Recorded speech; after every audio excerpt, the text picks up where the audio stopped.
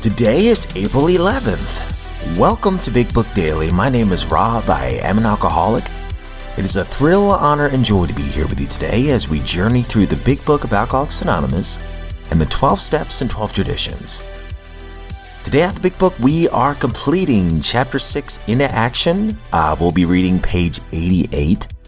Out of the 12 and 12, we're on Step 12. We'll read page 110. And of course, read the 24 hours a day and daily reflection.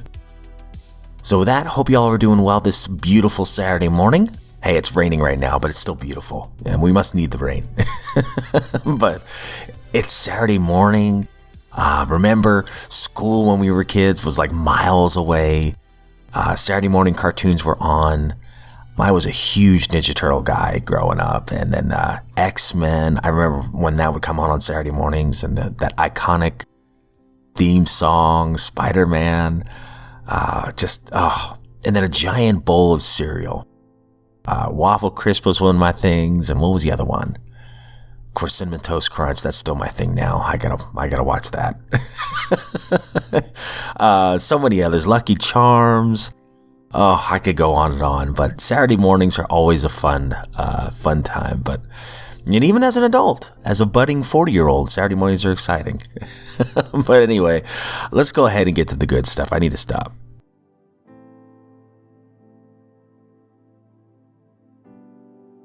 All right, my friends, so if you recall from yesterday's reading out of the Big Book, we have been talking about how anytime we run into conflict, we should humbly say to ourselves many times each day, "Thy will be done." And I love on page 86 and 87, it was just talking about how we can very practically go about our day, talking about what we do when we retire at night, what we can do when we awaken the next day, and thinking about what we can do throughout our day, and then, wash, rinse, and repeat. So we are going to finish off Chapter 6 in action. Page 88. We are then in much less danger of excitement, fear, anger, worry, self-pity, or foolish decisions. We become much more efficient. We do not tire so easily, for we are not burning up energy foolishly as we did when we were trying to arrange life to suit ourselves. It works. It really does. We alcoholics are undisciplined, so we let God discipline us in the simple way that we have just outlined. But that's not all. There is action and more action. Faith without works is dead. The next chapter is entirely devoted to Step 12.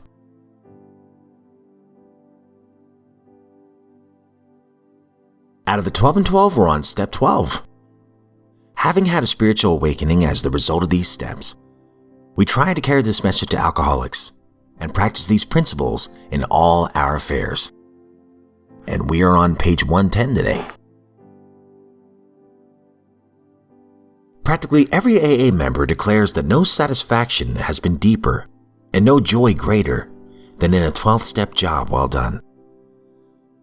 To watch the eyes of men and women open with wonder as they move from darkness into light. To see their lives quickly fill with new purpose and meaning. To see whole families reassembled. To see the alcoholic outcast received back into his community in full citizenship. And above all, to watch these people awaken to the presence of a loving God in their lives. These things are the substance of what we receive as we carry AA's message to the next alcoholic. Nor is this the only kind of 12-step work. We sit in AA meetings and listen, not only to receive something ourselves, but to give the reassurance and support which our presence can bring.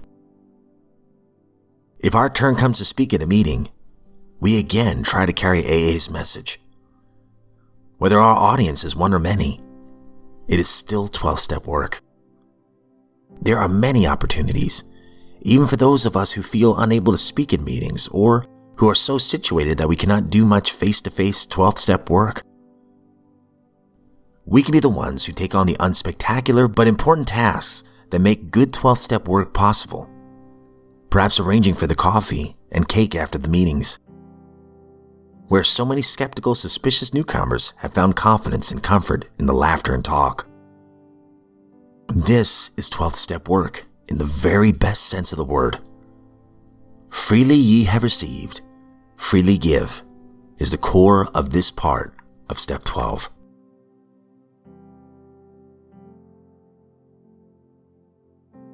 "24 hours a day, April 11th. AA thought for the day.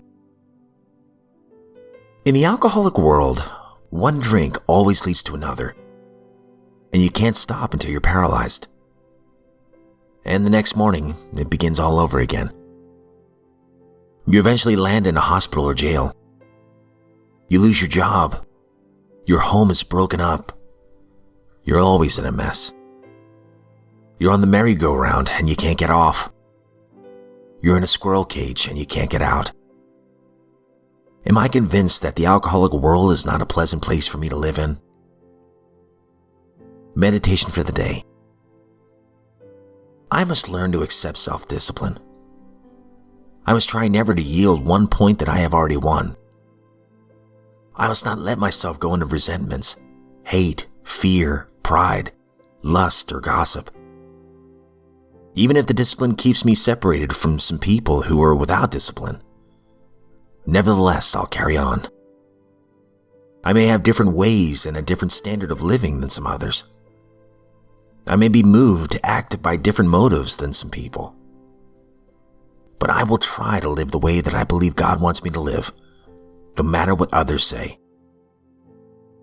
Prayer for the day. I pray that I may be an example to others of a better way of living. I pray that I may carry on in spite of hindrances.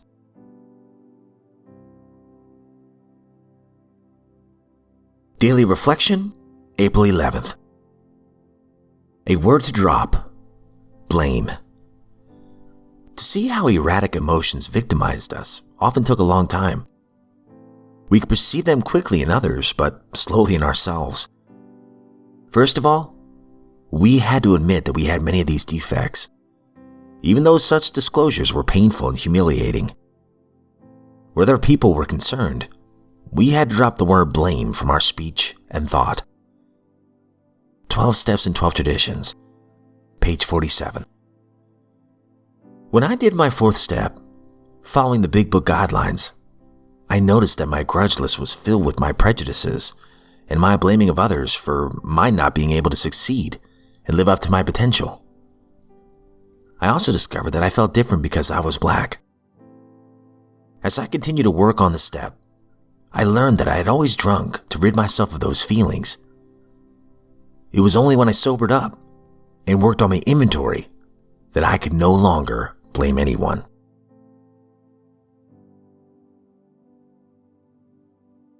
All right, my friends, that concludes today's reading, and some short and sweet stuff today, but beautiful stuff. I love the 12 and 12, the 2 paragraphs we read today. I love on 110 it says, practically every AA member declares that no satisfaction has been deeper and no joy greater than a 12-step job well done.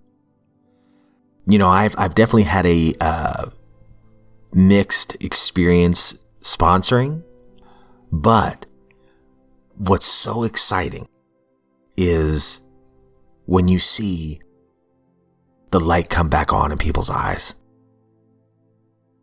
When you see somebody come back through the door and their tail's tucked between their legs, and you just know, you can feel the pain in their share, you can feel the pain in their eyes, in their demeanor.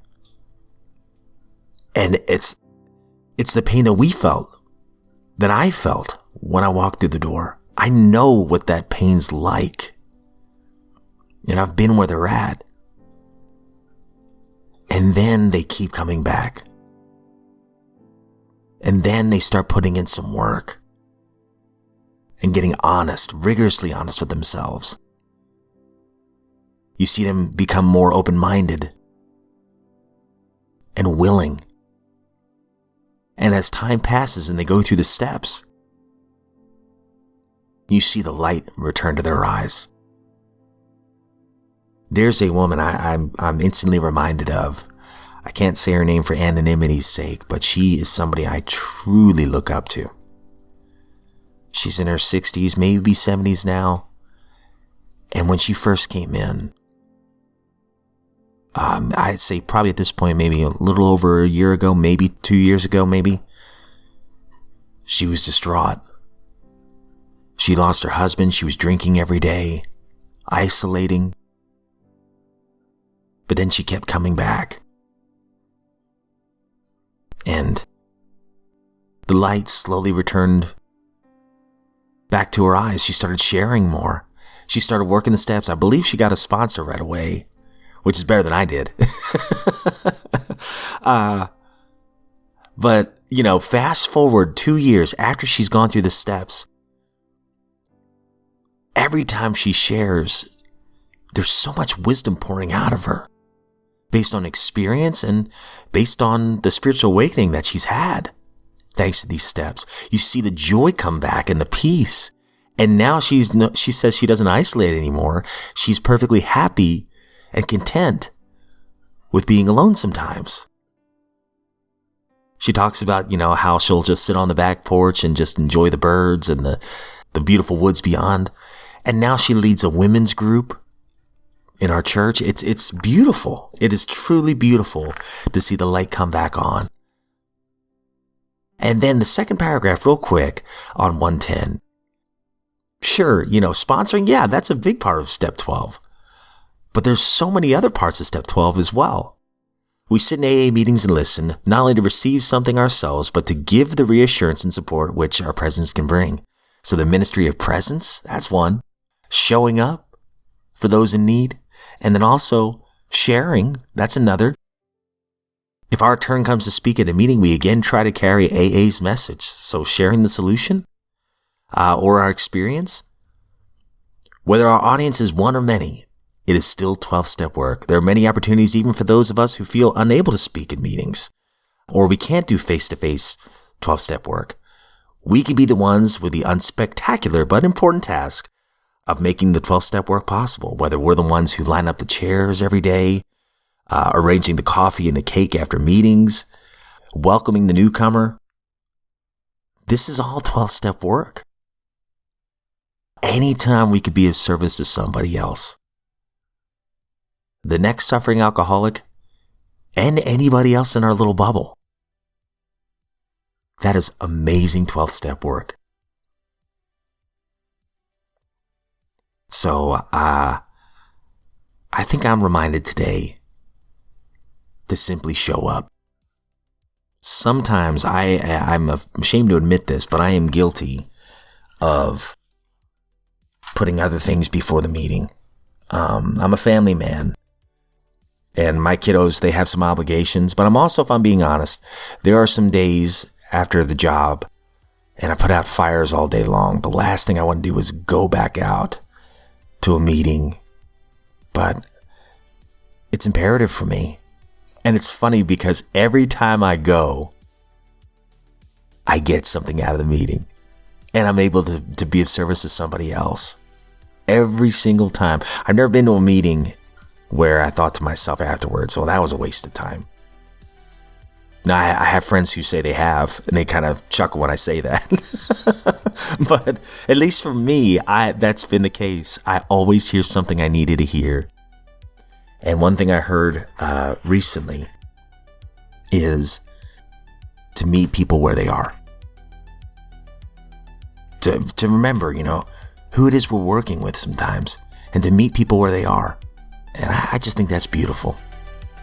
But my friend, that's all we have time for today. I hope you have a great one today. And if you are sober, I hope you know that you're a miracle. And you're giving a great gift to everybody around you. And you have a unique superpower to help the next suffering alcoholic, or anybody else for that matter. And if you're not sober, I hope you know that you're a miracle as well. That you have great worth and value, and your story is not done yet. I pray that today, oh Lord, I hope I don't get the date wrong. April 11th, there we go, 2026. I hope that today you would get the help that you need, and you don't have to do it alone. There are people dying to help you, and you're helping them by letting them help you. But my friends, if we're given another set of 24 hours, I sincerely look forward to seeing you right back here tomorrow.